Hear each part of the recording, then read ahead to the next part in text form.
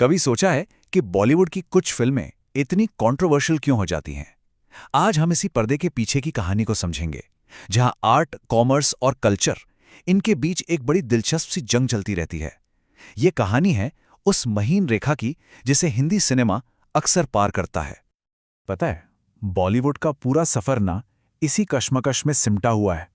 एक तरफ आर्ट की डिमांड है, दूसरी तरफ बॉक्स ऑफिस का प्रेशर, और इन दोनों के ऊपर समाज की उम्मीदें और सनसनी यानी सेंसेशन, वो इसी बैलेंस को बनाने की या कभी-कभी इसे तोड़ने की एक कोशिश बन जाती है। तो आज हम क्या-क्या देखेंगे? सबसे पहले बॉलीवुड का ये बैलेंसिंग एक्ट, फिर कमर्शियल ज़रूरतें, सनसनी फैलाने के तरीके क्या हैं, सेंसरशिप का रोल, और हाँ, सबसे अहम, स्ट्रीमिंग ने आकर सब कुछ कैसे बदल दिया है। चलिए शुरू करते हैं पहले हिस्से से और देखते हैं कि ये सब शुरू कहाँ से हुआ। हिंदी सिनेमा की जो जर्नी रही है वो सटल इशारों से बिल्कुल खुलकर दिखाने तक की रही है। वो पुराना जमाना याद है जब हीरो हीरोइन पेड़ों के आसपास दौड़ते थे, तो उनका रोमांस ऐसे डायरेक्ट नहीं दिखाया जाता था, क्योंकि उस वक्त सेंसरशिप थी, सोशल वैल्यूज थे, तो फिल्म मेकर्स इशारों में बात करते थे। बाकी सब हम ऑडियंस की इमेजिनेशन पर छोड़ देते थे। तो फिर सवाल ये उठता है कि आखिर फिल्म मेकर्स इन कंट्रोवर्शियल चीजों का इस्तेमाल करते ही क्यों है? जवाब वैसे तो सीधा है, लेकिन इसकी कई परतें हैं। देखिए, सबसे बड़ी बात तो यह है कि सिनेमा एक बहुत बड़ा बिजनेस है। हर शुक्रवार को यहाँ करोड़ों रुपए दांव पर होते हैं।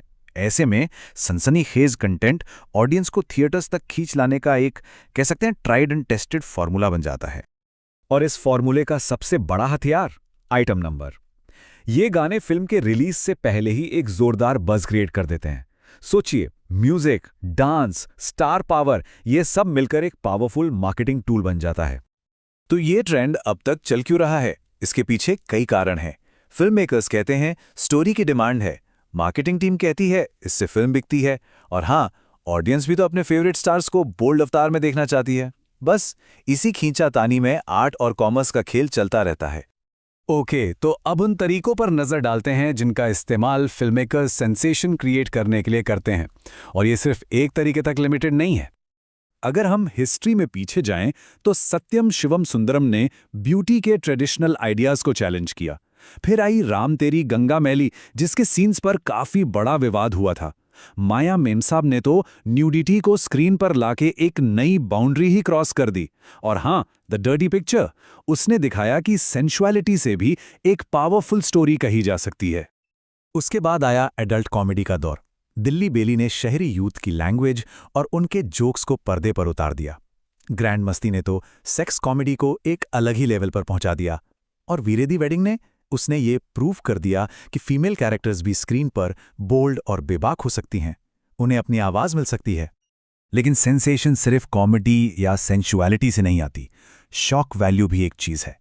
जैसे फायर जैसी फिल्म ने सेम सेक्स रिलेशनशिप्स पर बात करके सोसाइटी को चौंका दिया था, या फिर लिपस्टिक अंडर माय बुर्खा, जिसने औरतों की दबी हुई डिजायर्स को पर्दे पर लाकर एक बड़ी डिबेट शुरू कर दी। ऐसे टॉपिक्स अटेंशन इसलिए खींचते हैं क्योंकि ये टैबू माने जाते हैं। अब जाहिर सी बात है, जब भी कोई फिल्म बाउंड्रीज क्रॉस करती है तो रिएक्शन तो होगा ही। तो चलिए अब देखते हैं कि सेंसर बोर्ड, क्रिटिक्स और सोसाइटी इस पर कैसे रिएक्ट करते हैं। इंडिया में जो सेंसर बोर्ड है, यानी सीबीएफसी, वो एक गेट कीपर की तरह है। वो अक्सर इंडियन कल्चर के नाम पर सीन्स पर कैंची चलाते हैं। और इससे होता क्या है? फिल्म मेकर्स और सेंसर बोर्ड के बीच हमेशा एक कैट एंड माउस गेम चलता रहता है कि कितना दिखा सकते हैं और कितना नहीं। और यहीं से एक बहुत बड़ी डिबेट शुरू होती है डबल स्टैंडर्ड्स की। अक्सर ये आरोप लगता है कि बॉलीवुड में फीमेल कैरेक्टर्स का ऑब्जेक्टिफिकेशन मेल कैरेक्टर्स से कहीं ज्यादा होता है। उन्हें मेल गेज के लिए डिजाइन किया जाता है, जबकि मेल कैरेक्टर्स को ज्यादा सेक्सुअल एजेंसी के साथ दिखाया जाता है। और फिर इस पूरे गेम को बदलने के लिए एंट्री हुई एक नई चीज की, ओटीटी, यानी over the top streaming platforms. और इसने तो भाई स्टोरी टेलिंग के सारे रूल्स ही बदल कर रख दिए। सेक्रेड गेम्स, मिर्जापुर जैसे शोज ने वो सब कुछ दिखाया जो बड़े पर्दे पर इमेजिन करना भी मुश्किल था। न्यूडिटी, गालियां, पॉलिटिकली सेंसिटिव टॉपिक्स, सब कुछ। ओटीटी ने फिल्म मेकर्स को एक ऐसी आजादी दी जहां उन्हें सेंसर की चिंता नहीं करनी थी। तो इन दोनों में फर्क बिल्कुल साफ है। थिएटर वाला सिनेमा, उसको सेंसरशिप का, मास ऑडियंस का ध्यान रखना पड़ता है। वही ओटीटी प्लेटफॉर्म्स के पास ज्यादा क्रिएटिव फ्रीडम है, वो बिना किसी रोक टोक के अनफ्लिंचिंग रियलिज्म दिखा सकते हैं। बॉलीवुड की जर्नी हमेशा से ही बदलाव की जर्नी रही है, लेकिन आखिर में सवाल यही बचता है कि आगे क्या होगा। क्या अब ऑडियंस सिर्फ सेंसेशन से आगे बढ़कर सच्ची और ऑथेंटिक कहानियों की मांग करेगी? क्या बॉलीवुड की असली जीत तब होगी जब स्टोरी सेंसेशन से ज्यादा इंपॉर्टेंट हो जाएगी? इसका जवाब शायद आने वाला वक्त और हम सब ऑडियंस ही देंगे।